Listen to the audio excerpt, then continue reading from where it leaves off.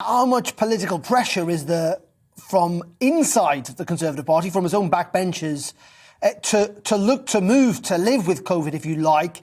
Suggestions that many Conservative MPs now want restrictions lifted, Plan B lifted in England, when they're due to be reviewed at the end of this month.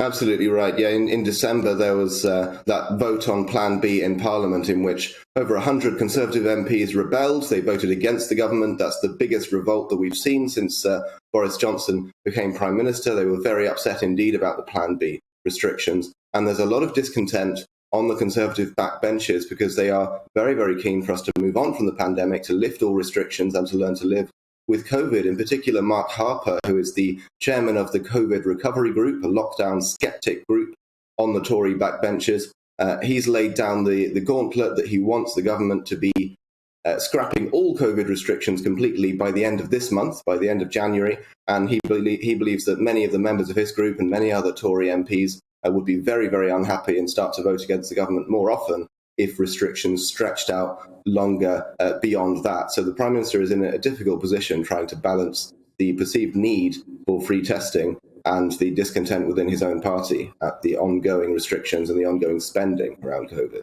Yeah, and it's fascinating, isn't it, that scientists over the weekend seem to be suggesting that the Prime Minister's, what critics would call gamble on all of this, potentially is now going to pay off, that we are starting to see adjacent infections fall, particularly in the capital, probably in other parts of the country as well. Hospitalisations not likely to reach the peak that the worst case scenarios were suggesting. But all in all, the news narrative seems to have moved on from that. The Prime Minister doesn't seem to be getting much credit for it when you look at the front pages of the papers.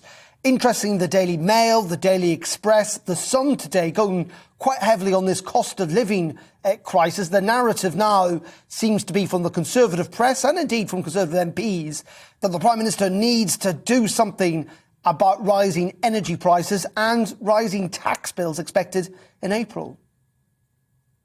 Boris Johnson did get some credit, perhaps prematurely, before Christmas when he was portrayed on a lot of the front pages as being the white knight who's come in to save our Christmas, when there was a lot of speculation that we might have restrictions over Christmas and have a repeat of 2020 when a lot of the country was in tier 4 restrictions, and so we weren't able to enjoy Christmas in the normal way. But you're right that the news cycle certainly has moved on this month, at least since New Year's, which from a public health point of view seems to be a good thing, that, as you say, the infections and the hospitalizations and deaths certainly have not reached the levels that some of the worst case scenario predictions were forecasting earlier this month and last month when the Omicron variant was first taking hold. And so other issues like energy bills and like the cost of living crisis are coming to the fore. And of course, they are connected. One of the main concerns about this proposal to roll back the free lateral flow testing is the effect it will have on people's cost of living, that people will have to, in a lot of cases, fork out and pay